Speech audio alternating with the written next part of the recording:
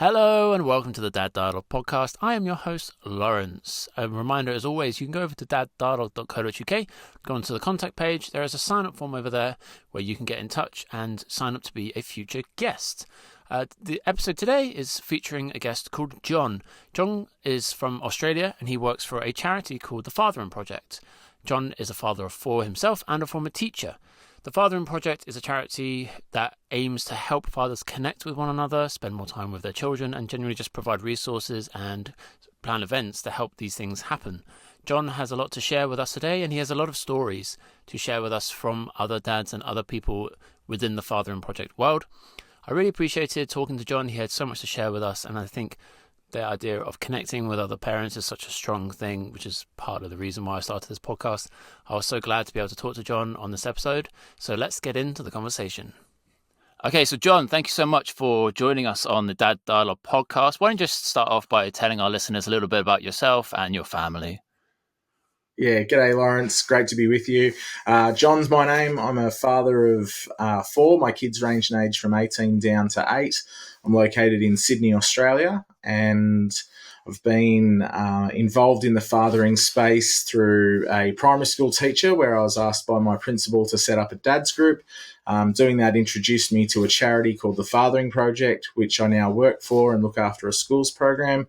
And in looking after the schools program, one of my 4 kids, my daughter Ella, she said, if this charity and fathering project's so good, why isn't it at our school? So I went to her school, introduced it to the principal, and in 2018 we set up a dad's group there, and I've been the dad's group leader at that school for the past 6 years as well. Wow, awesome. Well, we can definitely talk about the group leaders a little bit later, but as you've got 4 kids, I'm pretty sure this is you're the first dad I've spoken to that has 4 kids. So can you maybe break it down? I'm curious, are there like various dynamics between your kids? Like if there's 2 of them together, are they a certain way? But if 3 get together, what's the general dynamic between all of them, like their relationships? Yeah, sure. So 1 boy and 3 girls. Noah is our eldest. He's 18. He's just left secondary school and is a first-year electrical apprentice. My daughter Ella, she's in year 9 in high school. And then Zali's in year 6, so the last year of primary school. And then we have Evie, who's in year 2. 10 years between the 18 and 8-year-old. And the gap between each of them is around 3.5 or 3 1/3 years. Roughly. My eldest, Noah, and my 3rd child, Zali, they both have dyslexia, so neurologically divergent, different. So they've got some similar characteristics and traits about them. And I also find just socially that there's a little bit of a divide where we've got probably our older 2 are closer in their interests, particularly around basketball, and our younger 2 are more closely aligned in their interests with performing arts and dance. Okay. So I'm curious, you mentioned the dyslexia. How I think I used to be a primary school teacher myself. I know you are as well. So I've had that experience from a teacher's perspective of helping parents through some of those kind of like things that they're starting to notice. From the parent side of things, how was that process for you? And when did the things start to become apparent between those 2 kids that have that? Yeah. 2013, I was in my first year of uni at the University of Wollongong studying my primary education degree. One of the subjects was a literacy subject. And it was fantastic for me because I was a mature age student and I was in the lecture theatre and tutorials learning all about phonological awareness. And I thought, this is fantastic because when I go home, I've got a little case study that I can work with. So, commonly those sort of home readers that come home from school with those high frequency words and sight words, I would take pride in being able to sit with my son of an evening and read him a book at night, but then also get the book out that he brought home from school. And he was perhaps in end of year 1 at about this time. He had a home reader. We were going through reading the words together, and he would hit a word. The word was, W-A-S, and he couldn't say it. And so I would help him because I'm learning how to do this as a training teacher at university. So we'll stretch the word to its initial sound, its middle sound, and its ending sound. The was stretch it, blend it, bring it back together. And it took him a while, but we got there on that page. And I'm like, fantastic, we've done it. Anyway, flip the page, turn over to continue reading the book, and we hit that same word, and he drew a blank again. And I'm like, are you joking? Like, we've just done this. And I flipped the page back and I pointed at it. And I'm like, see, WAS. And then flip the page. Look, it's the same word. You just did it there. And now it's here. You just do it again. And a real sense of frustration for me, but I could sense in him the overwhelming frustration is that word was providing him a lot of difficulty. And as I've gone on to learn with children that have dyslexia, there are approximately 217 words in the English language that are called sight words that don't have a picture association to those words, and that they need to make their meaning through understanding those words differently. So we took an alternative approach to getting some support, and Noah's gone on to do really well. But that was a frustration that I thought I was doing the right thing by being a dad that would read kids at night, but then also just it was that opportunity to spend time where I actually learn a little bit about his educational struggles that he was having. Now, every parent out there is not training to be a primary school teacher. So, how can parents of young kids kind of be involved in that process, be involved in their young education, and kind of be aware to help spot something like this if something like that were to happen with someone else's child? Yeah, I think there's really a pyramid for schools, or a triangular sort of shape that we need to be working on, and that's child, teacher, and parent, and the three of them need to be working together for the best benefit of the child. And so I think whenever you start the school year, just introducing yourself to your child's classroom teacher is a great first start, and then opening up that line of communication so that if there ever is a learning need or a difficulty in the classroom or something socially or behaviourally, that it's not a problem for that teacher to pick up the phone and call home and say, hey, I'm experiencing this, I'd like to work this through with you. Can we meet? And then vice versa, the parent might also say, hey, my child's coming home from school. They're particularly concerned or upset or troubled about this. Could we arrange a time? And I think when you look at that through the lens of a child, if they see these two spaces where they spend most of their time, family and home, and school and learning, working together for the benefit of them, that they'll understand that I'm in a place that, I'm being cared for, and that's what all kids need.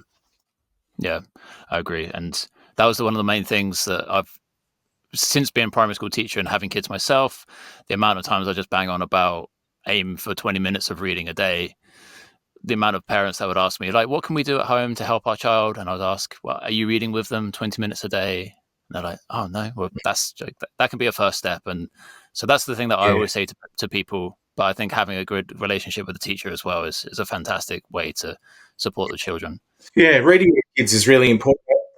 Sorry, just one other thought on that, Lawrence, is that 20 minutes a day is really good, but there's also a thing called parent guilt, and I know mothers suffer from it and fathers do too, and that, you might not get 20 minutes every day, but just being actively interested in your child's life at school, and I think speaking positively about school to your kids so that they know that you value and respect the time that they spend there. I have quite a lot of opportunity to speak with school principals and school leadership, and they've told me that, John, they feel that a teacher's battle is half over if children are coming in through the school gate into the playground or classroom with the negative narrative that might be being told at home about school. So if a child's sitting in the classroom at the back of the class and they're thinking, or they're hearing in their head what their father might say about school, like school's not important, or my teachers never liked me, or my life got better as soon as I left school, then that's going to make it really hard for that child to think learning's important and education's important and that I should be responsible and respectful to my classmates and teachers, to give everyone the opportunity to learn. So the power of a father's voice in the life of their child, I think, shouldn't be underestimated. And the reading doesn't always just need to be words on a page in a book at bedtime. You can be out driving, and you can be baking in the kitchen together and reading a recipe. There's so many different opportunities to be involved in that learning. I agree. And it sounds like you're kind of getting at the idea that kids latch on to what we say maybe more than we think. Would you agree? Yeah, absolutely. I often hear fathers say, "My kids never listen to me," and they feel that way, but they're always watching you, and they're learning from your actions and what you do. Yeah. Because I think as we get older and our kids grow up, we see in our kids some of the things that we've done ourselves, and they're often the characteristics about ourselves that we don't like, that we see our kids mimicking or echoing. So we got to be careful about what we say. I think also our tongue, as fathers, we're strong men, but I think one of the strongest muscles we have is our tongue, and what we say and speak into the lives of our kids. Yeah, agreed. I just want to take it back to your 4 kids, and I'm curious because you mentioned about when you were at university studying, which was when your eldest was in year 1. So can you tell me a little bit about maybe the different stages of life at the different times your children were born? And did you ever find with 1, 2, 3, 4, like if different arrivals were more challenging or less challenging? Can you talk a little bit about that? Yeah, I suppose the time I became a father for the first time was 2006, and I was 24 years of age by then. And yeah, it was quite I was the first of my group of mates to become a father, so there was no one else. I'm an only child, so I didn't have any brothers or sisters. I wasn't an uncle to anyone. My wife's sister, my sister-in-law, had a baby boy about 12 months earlier. So, the extended family had a newborn. So he was a second edition. So it was all very new. But what I noticed is that my wife's social circles expanded. She got more connected with other mothers, particularly through that mothers group, as I mentioned. But my social circles collapsed. I really didn't. All the things that I was interested in and connecting to other mates socially, I no longer had time for. So I was committed to that work, being a provider. And when I wasn't doing that, I felt like I needed to be at home. So the opportunity to be connected through your other social interests, that dried up pretty quickly. And it became a bit isolating. You sort of wasn't sure. And you didn't really want to burden your mates with, the things that you were going through, because they had, no real understanding of what it was that you were going through, because they were still either single or dating, and, their world wasn't the same as yours. So that was Noah. Did it get easier with more kids? I think 2 was certainly manageable. You got mum, you got dad, and you got 2 kids, and I've got one, you've got the other. But when you got 3, and your arms are already full, and then the third kid has a need, you sort of look at each other and you go, "Well, I'm doing this," and they look, "Well, I'm doing that," and you go, "Well, what are we going to do to look after this?" And I think the answer to that was have more kids. So we had a 4th so that we'd have some extra help. Yeah, so I think it has got easier. They are all different. They're the product of the same parents, yet every child, the 4 of ours, is unique. Yeah. You see, you can hear some of your friends in the background having fun, it sounds like. Yeah, I've got someone coming home through the door. No worries. So you mentioned about the social circles with the arrival of your first son. Were you able to get back to maybe some more social circles with the arrivals of your second, third, and fourth child? Or did you find yourself kind of being that experienced father to other fathers who started to have children later on? Yeah, I certainly had the experience, as my mates did get to the point where they were having kids themselves with their partners and wives, that they'd sort of reach out to you. But you also need to temper your enthusiasm for being a father yourself, and what information you pass on to those that are going to be fathers for first time. Because I know a lot of men will talk about the horror stories of birth, or the first poo, or being vomited on, and all Yeah. those memorable experiences. But being in the birthing suite for the arrival of Noah, he was 10 pound 4.65 kilos. So he was a Wow. big baby. Mm. And my whole life really changed in that moment. I'd up until that point been very focused on me, and I all of a sudden had this feeling like my whole existence is now for you. That I have to live my life to make sure that you have the best life possible. And that was a pretty big shift, and it was very, very quick. Yeah, so I suppose, does that help answer that question? I'm not sure exactly with the mates. We kept sort of having kids as we went on. So we've got kids now that have got other kids that are sort of at the same age as them. And then there's been ones that have only more recently had kids. I've got a mate who's expecting a second child and a first son in a few months. And, my eldest is 18, he's got his license, finished school, started his trade. And he's like, I'm the same age as you, but our boys are going to be 18 years apart. And the world is different to the way they've arrived in the world, from what Noah's experienced through to what he's going to experience as a father to a son for the first time. Yes, but I think giving dads the opportunity to connect is really important, and I don't see it happening enough. So I'd really like to see dads being given more opportunities to get around each other and support each other through their most important role of being a father. Yeah, I agree. And we can kind of go into kind of what has led you to the choices that you now make and your work now. Why do you think it's so important for dads to be connected? Well, I think it's important that they are connected, because if they're not, what the research and data shows about men that are isolated and lonely, and that it's terrible for their mental health, and it's not great for the family unit. I've had dads say that are professionals, work gets the best of me and my family gets the worst of me, and I bend over backwards for my customers and my clients. And I do things for them that are ridiculously over the top just to please them as a business provider.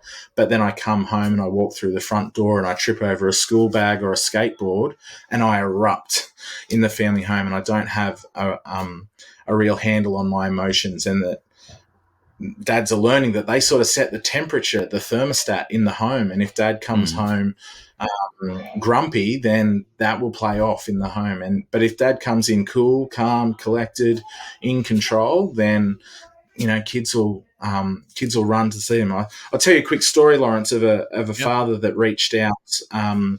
He's a C-suite leader in a big firm in Sydney.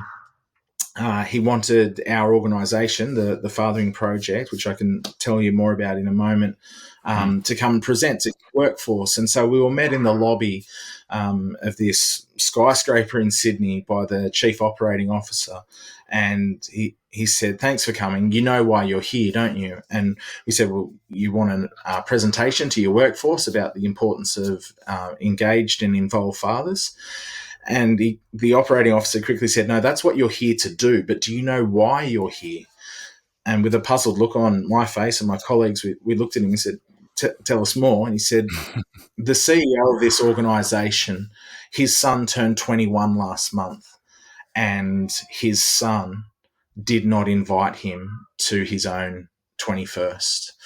And so when the dad found out that his son had organised his own party and that it was going ahead without his father's involvement, attendance, or best wishes, there was a real conflict in the home." And the CEO said in an executive meeting, of which the chief operating officer was a part of, the CEO said, "My son said to me, 'Why would I invite you, Dad, to my 21st? You've never been around for any of the special occasions in my life. Why would I start to involve you now?'"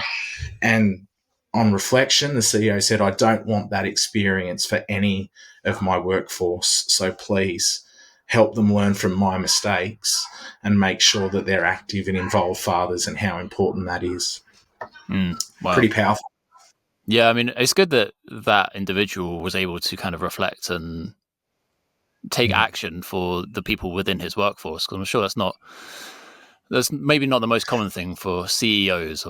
There's a certain mentality of someone to go into that type of workforce and type of business. So no, that's very powerful. So thanks for sharing.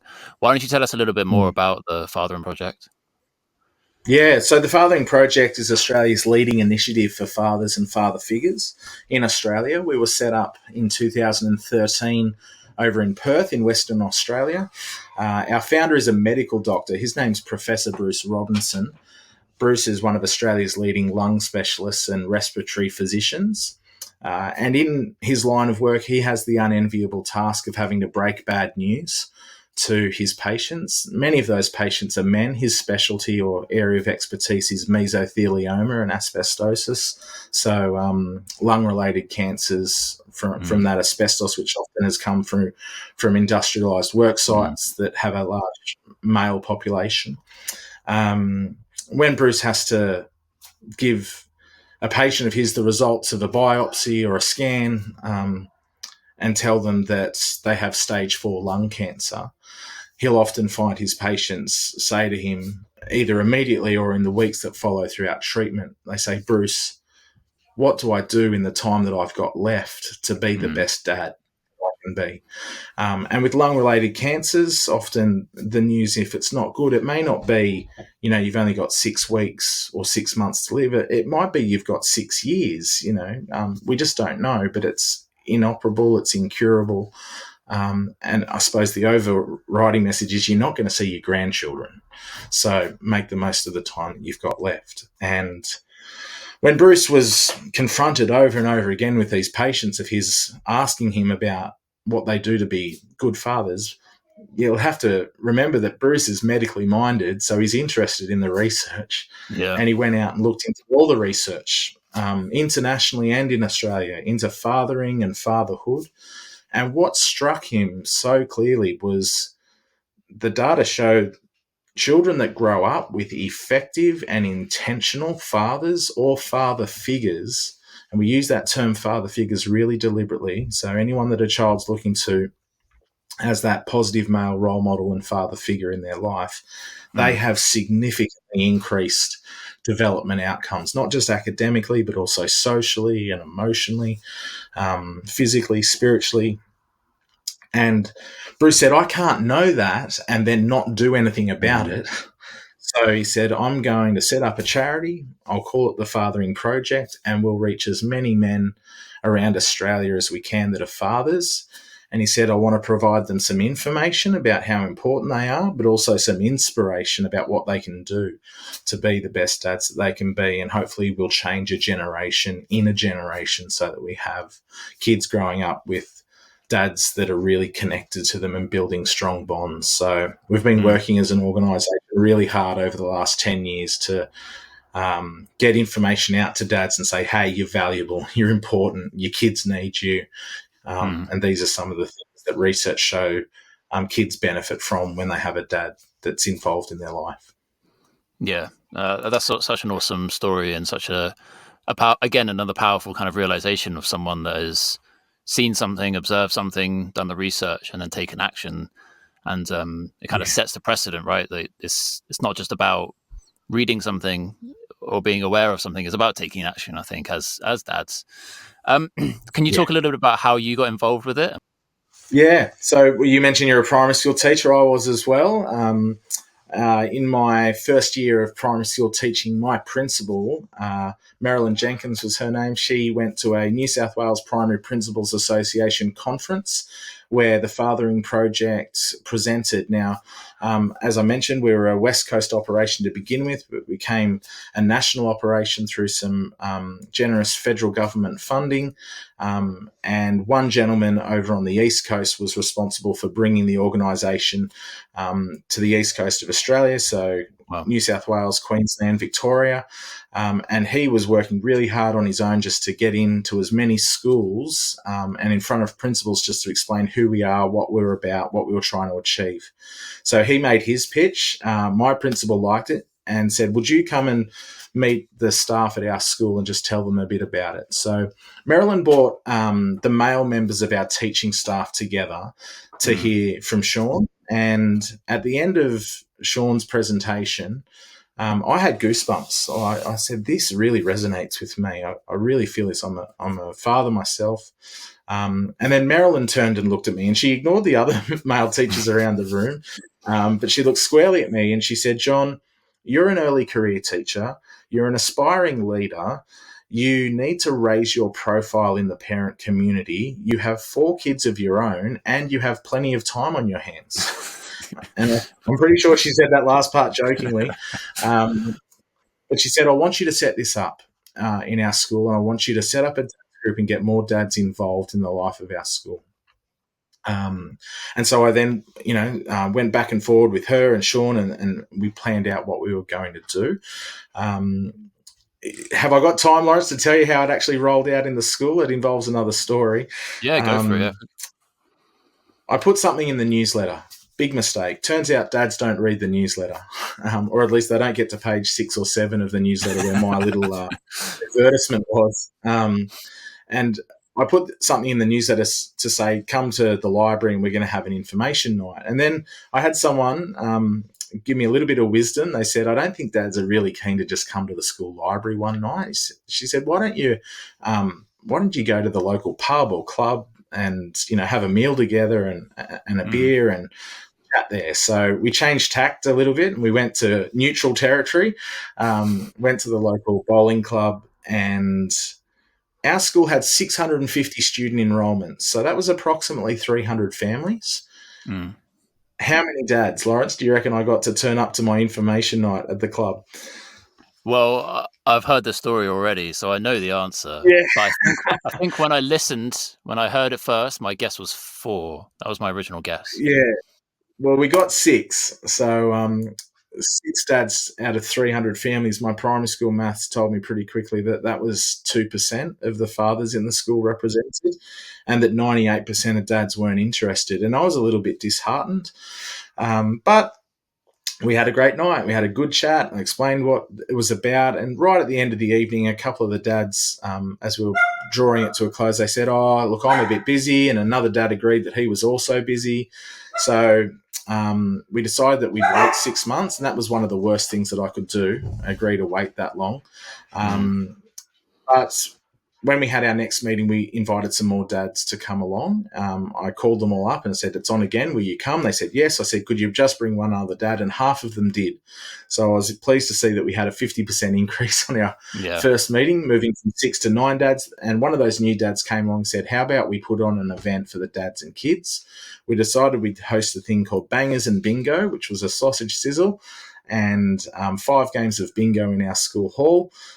We made an accidental profit that night of $634 by selling chips and chocolates and bingo dabbers. And we had over 310 dads and kids come along to that first event. And the principal, Marilyn, she was blown away. She said, John, I never expected that we would get a turnout like that. She said, if you told me 30 people would come to our first event, I would have considered it a success. But to have over 300, I mean, she said, I saw fathers tonight that I've never laid eyes on before, that I just have not seen in the school. And she said, I can't tell you the value there is in knowing the parents, particularly fathers, that you don't see regularly, of the children that we teach. So she said, congratulations. And then she quickly jabbed me in the ribs. She said, what are you doing next?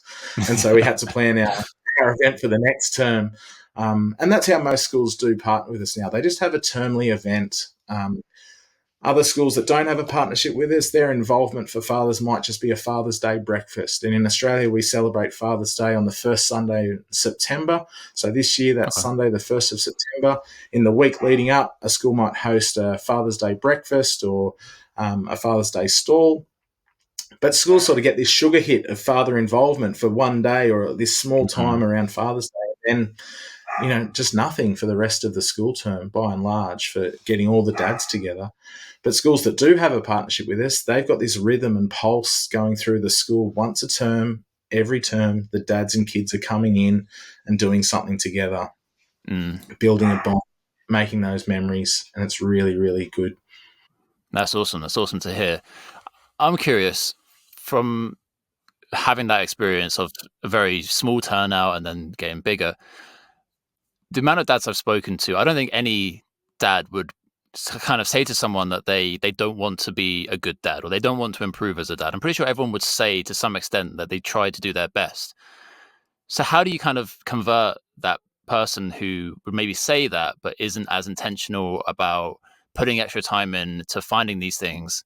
How do you hook these other dads into these things that and make them realize that this is a positive, net positive for them and their family? Yeah, well, I can finish the bingo night story because one of the things that we share when we get dads in a captive audience and they're with their kids, we might give them just a quick encouragement. It might be a 2, 3, 5 minute quick talk on what it is that they can do. So for one of the things, it's a base level principle at the Fathering Project. We talk about a thing called BUS. We want dads to get on the bus. That's BUS, and the acronym is B is for being there. We want dads to be able to show and tell their kids they're going to be there with them. We want dads to love their children unconditionally. So that's what the U stands for, that unconditional love that a father can provide their child. And the way that can be explained to a father is don't say, I love you, but, and then go and list the behaviors or actions or reasons that a child might be unlovable, because they forget those first 3 important words of I love you. That gets left off, and what goes in and down deep into their heart is this is all the things I do or say that means that I'm separated from my dad's love. Like these are things I do, and he doesn't love me because I do this. And the last, the S, is special. We want dads to identify what is it about their children that makes them special, not just to them and their family, but what are the gifts and talents and things that a child has that a father sees, because children have their radar out for what their father thinks of them. And most kids are asking themselves a question: does dad think I've got what it takes?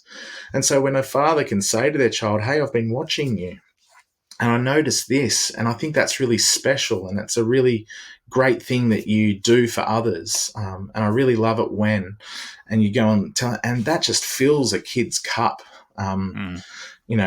Every kid has inside them this little cup that needs to be filled, and part of that can only be filled with the love of their father. So that's a really special thing. At the end of the bingo night, we pack down the chairs and the tables. If you want to see a school hall packed up in 5 seconds flat, get 310 dads and kids to stack chairs and tables. It happens really quickly.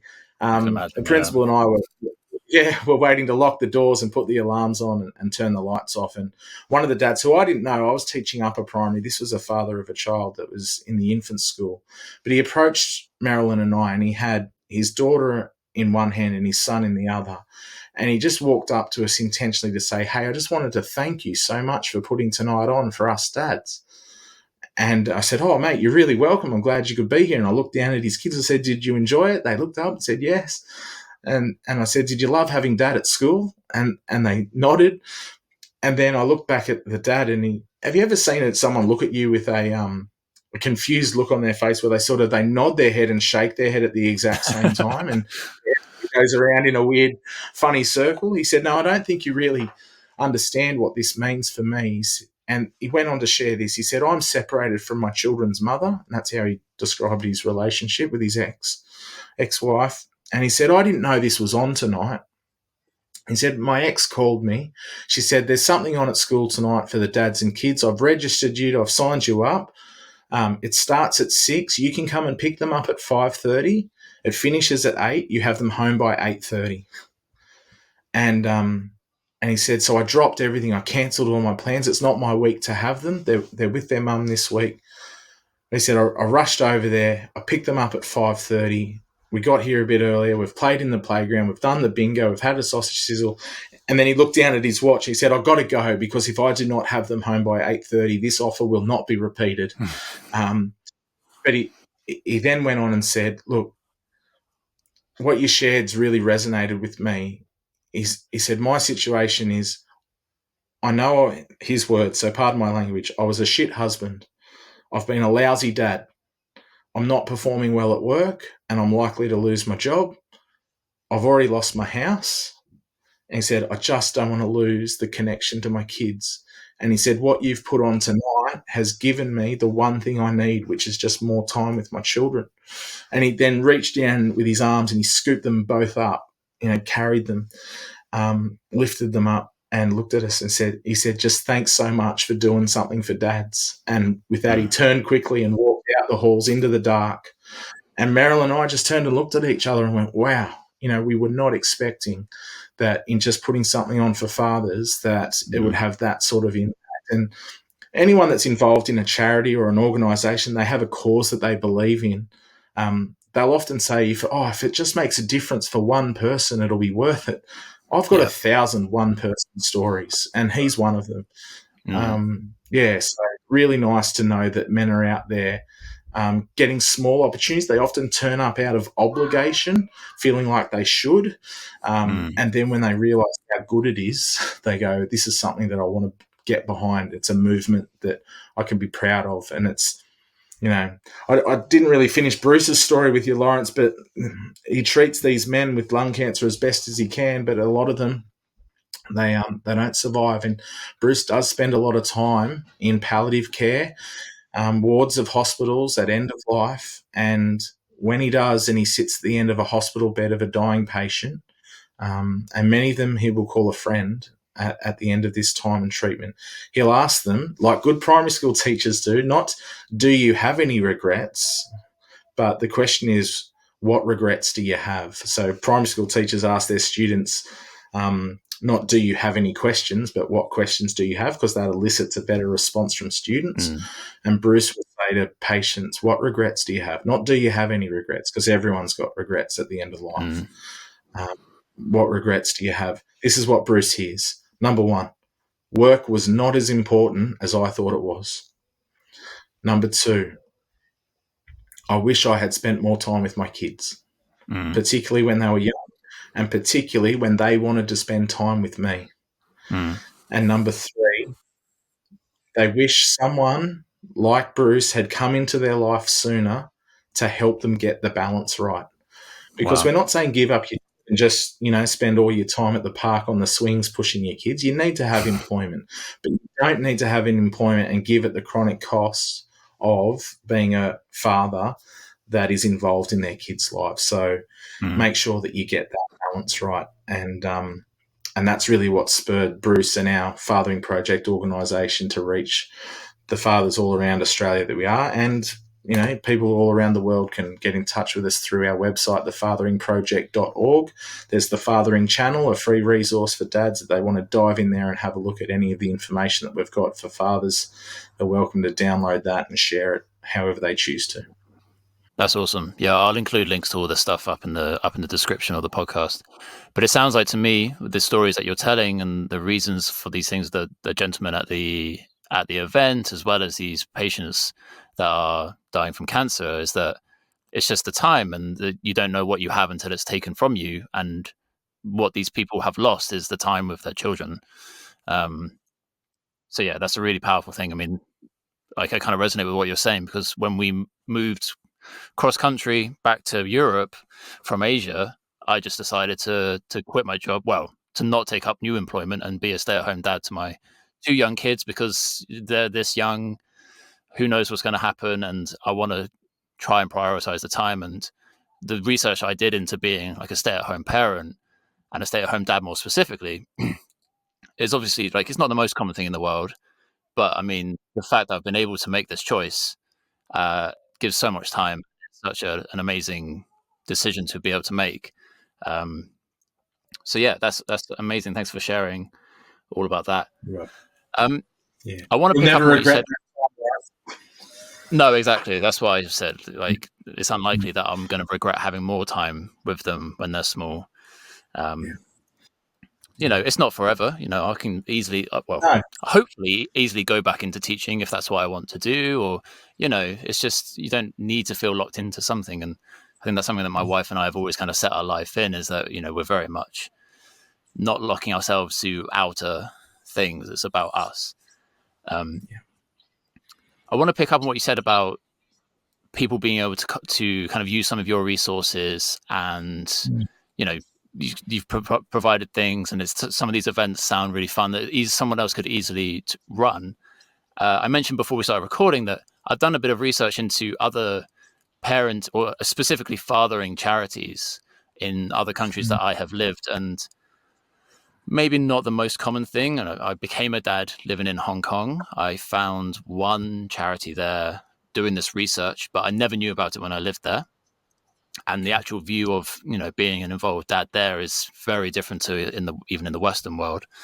And then there are some in England, and then I struggle to find any here in the Netherlands. Maybe my basic Dutch isn't allowing me to get that Google search right. But my question is kind of, do you believe that this organization or this method is applicable to majority of communities around the world? 100%. Absolutely it is. Yeah. People will often ask me in regards to a schools program and a dad's group is, well, how do you deal with the multicultural differences or the whatever the differences are? I said, when you become a father, there are things that unite you around fatherhood and the role and responsibility that has. And the only two things that you need to have in common is, one, that you love your kids, and two, that your kids are in the same community, and whether that's a school community or a sport community or a social community, whatever it might be.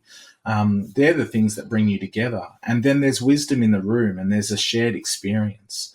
And so men getting the opportunity to talk to other men about their experience of being a father. We have dads that will walk out of one of our dad-to-dad discussion starters or our online fathering chats thinking that they were the only one. I thought I was the only one that was experiencing that. But listening to another dad share his story and being able to resonate, and then hearing how he's overcome an issue or tried something and that didn't work and he wouldn't recommend doing that again, or I did it this way and with hindsight I wish I'd done it differently. I mean, these are the things that mothers have done really well for a long time, but dads have sort of had to be stoic and singular and siloed and individual. But we're much better when we're in community. There's a great Australian author, Steve Biddulph, who will talk about fathering really being significantly disrupted by the Industrial Revolution, and that it took fathers out of the home and into the factories, and that children lost the connection to their fathers. Whereas if you go back millennia, children would go out with fathers to hunt and gather, and they would see what it was like, and they would have that time in community with their fathers, and that's often been taken away. So you and I are both school teachers, so even when we look at the education system and who it is that fills the teaching roles, men are often underrepresented in education settings, particularly in the early years. I think early learning, so preschool for kids from sort of 0 to 5, it is heavily influenced by female representation in those roles, and they do wonderful jobs, but there's not a lot of fathering instinct in those communities. There's a lot of mothering in those communities, and that's what they bring. Then we come into primary schools, and I think the split's about 80-20, and sometimes worse in schools in regional areas where there's a lot of females that are in the teaching workforce and not a lot of men. And then in high schools, it starts to shift to about a 60-40 split as well. But in each of them, women are more represented in the teaching profession than men. And so those times when they're out of the family home and they're in the school environment, there's less men and masculine or father involvement in the lives of children until they sort of reach their adolescence and later teenies, and then they arrive in adulthood in the real world. And if a father hasn't been present in the home, then they've lost that opportunity in those sort of 12 summers to learn what it is to grow up with the love of a father or father figure in their home or in their life. That's so true. I have one kind of more question. I want to jump back to the events, because it's something that's really interesting to me, because I think it's such a powerful thing. I mentioned it earlier, I can't remember if we were recording, but there's a a gentleman in my circle here in the Netherlands who runs a dad's group. If any of the listeners are curious, his name's Joe. Episode 4 or 5, we spoke in detail about how he set it up. Really awesome to hear from him. But he runs every Saturday. He goes to a park, right, or a playground, and it just started with, I'm going to take my 6-month-old to a park every Saturday, and that's it. And then he met one dad. He said, "Do you want to come to the park on this Saturday?" And it eventually snowballed. And now this WhatsApp group has like 400 members, and we like share tips. And we're always asking about, who's the best plumber? Do you have an electrician you can recommend? Everything in this WhatsApp group. But that Saturday meetup still happens. And every now and then we will do, a more social thing for just dads. And I always find it interesting. It seems to be a completely different crowd who come to the Saturdays that come to the social events, which is fine. People just have different calendars and different schedules. But I noticed that you said you had 6 dads come to your first meetup and then 9 dads. But then you did the thing that was like, okay, dads and kids, now's the time. Do you think there's some element of involving the kids in it helps the dads make that time? Yeah, I think kids are like a security blanket for their father. You and I will have both seen first day of school nerves of children walking into playgrounds and nervously holding on to mum and dad's hand for the first day of school. That disappears pretty quickly, but once the children are well established with the routines in schools, to get a dad to walk through the school gates, they're often holding onto their child's hand tighter than their child's handing onto theirs because they're a little bit nervous. But whether it's a school setting or a sporting setting, whatever it might be, the person that comes to mind for me topically right now is Sean Chandrins. Sean's based in Perth. He set up a group called Belmont Dads with an organisation called Dads Group and started out very small. They've got a thing called Man with a Pram, Saturday mornings, 9 o'clock, coffee in the park, advertised on a local community notice board like a Facebook group or similar. And it might be just a handful of dads pushing their kids on the swing, but also dads getting shoulder to shoulder. So it's not always... If you've ever observed husbands and wives or groups at a cafe, you might find that all the women congregate down one end of the table and it's a hive of conversation and of activity. And the men up the other, it's a little bit less involved in their conversation, especially when they're across the table from each other. But if you can put men shoulder to shoulder and get them involved in an activity and doing something, they tend to drop their guard a bit more and get behind what it is that they're doing. So that's what the Fathering Project's Dads and Kids events in schools is aimed to do. We have activities that dads can get hands-on with their children. And when they turn up, they don't have to sit down and watch a PowerPoint presentation. They can just come on. There's some music going in the school. There's one of our really popular events is called Paper, Planes and Pizza. So there's paper out on tables with texters and highlighters and markers and some designs of different planes to build. And they just come in, grab some sheets of paper and they start folding and testing these planes to start flying around in the playground. And it's a really nice way for the dads to get hands-on and be with their kids and have a little bit of healthy competition. Yeah, no, that's awesome. And so to kind of wrap things up, I think we've touched on all of the questions that I had. If there's a dad out there that's listening to you share these ideas, these events, and if there's someone out there that thinks, oh, that would be nice, I wish someone in my community would run this sort of thing. If there's someone listening thinking that, what would you say to that dad that's listening that was craving this sort of event? Yeah, reach out to the other dads that you know and, ask them how they're going, but how are you going as a dad? Because obviously the first question we often ask each other as fathers is, how's work? Or when we meet someone for the first time that we don't know, one of our icebreaker questions is, what do you do for work? And so we often, again, we're finding our identity in the things that pay the bills and what we do for our employment. But how are you going as a dad? Or what are your dad stats? How many kids have you got? What's one thing you love about being a father? What's one thing that you really struggle with? And have those conversations and then see if there's things that you can do to have semi-regular meetups. I mean, our Dad's group at Oatley Public School. We've now got the first Wednesday of every month. We've got a table booked at our local watering hole at Oatley Pub. And we go down there as a group of dads and we get to chat about the dad stuff. And there's still talk about work and the weather and footy, but intermingled amongst that, we have a little chat about some of the stuff as a dad, like how you going as a dad with this or that or the other. Might be screen time, it might be relationships, all sorts of things, and just giving dads the opportunity to share. Often dads aren't looking to have their problems solved by someone else. They're just looking for someone to be able to listen to them and just be able to give them that place where they can talk and share something that's happening for them, and just for another man to have heard them is enough. So that's really, really positive. And I think you're a father forever, right? So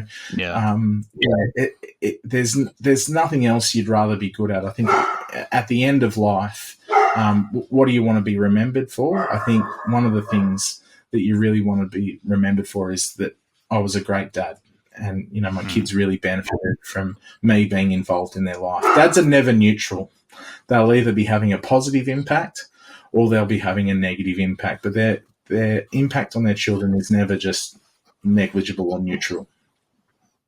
Wow. Yeah, that's a really powerful way to think of things and remind us about the actions that we're taking and the impacts that we're having. Well, John, I think we've covered a lot of ground there. I really appreciate you coming on the show, sharing your experience as a father, but as well as your role within the Fathering Project. I think it's an awesome charity, and I think it really can make a big impact. So, if any listeners are curious, you can go and check out some of their resources. Do you want to just say if there's anything else that they can look out for? Yeah, absolutely. So you can jump on our website, thefatheringproject.org, but you can also follow us on socials. We're on LinkedIn, Facebook, Instagram, perhaps even TikTok. I'm not sure. So just look up the Fathering Project or the Fathering Pro. You'll find us there. Our icon's really recognisable. It's a navy blue man with a light blue son sitting up on his shoulder and a light blue coloured daughter down by his side. The Fathering Project is our handle, so check us out on socials. Follow us. If you are a listener and you are in Australia and you want to reach out, you're welcome to do that through our website. If you want to get a dad's group set up at your kid's school or your workplace, we also look after working families programs in a corporate and workplace sense, and also community groups as well. So, I think getting men in community, connected with each other, focusing on their most important role of being a father, is a really noble cause to get behind, and it's a movement that men can be proud of. Dads really do make a difference, and we're trying to change children's lives by having children grow up with effective and intentional fathers, and that's something that's really worth celebrating. Agreed. 100%. Well, awesome, John. Thank you so much for the time today. Really appreciate you coming on the show. Thanks, Lawrence. And then we have another Dad Dialogue conversation. A huge thank you to John for coming on the show and sharing all of his wisdom and his stories with us. I really appreciated talking to him and learning about the Fathering Project. If you are based in Australia, do feel free to reach out to them and find out more. If you're not, you can still check out some of their resources. Links up in the description on the show notes. And I hope you're able to impart some of the wisdom and the ideas that were coming from John and the different events that happen. I think this is something that we can all think about and try and put in place if we're craving it in our own lives and our children's lives. So I really do appreciate John's time on this episode. If you are interested in being a guest on the show yourself, again, daddialogue.co.uk, contact page, you can get in touch with me there. Thank you so much for listening today. I hope you have a wonderful day. Goodbye.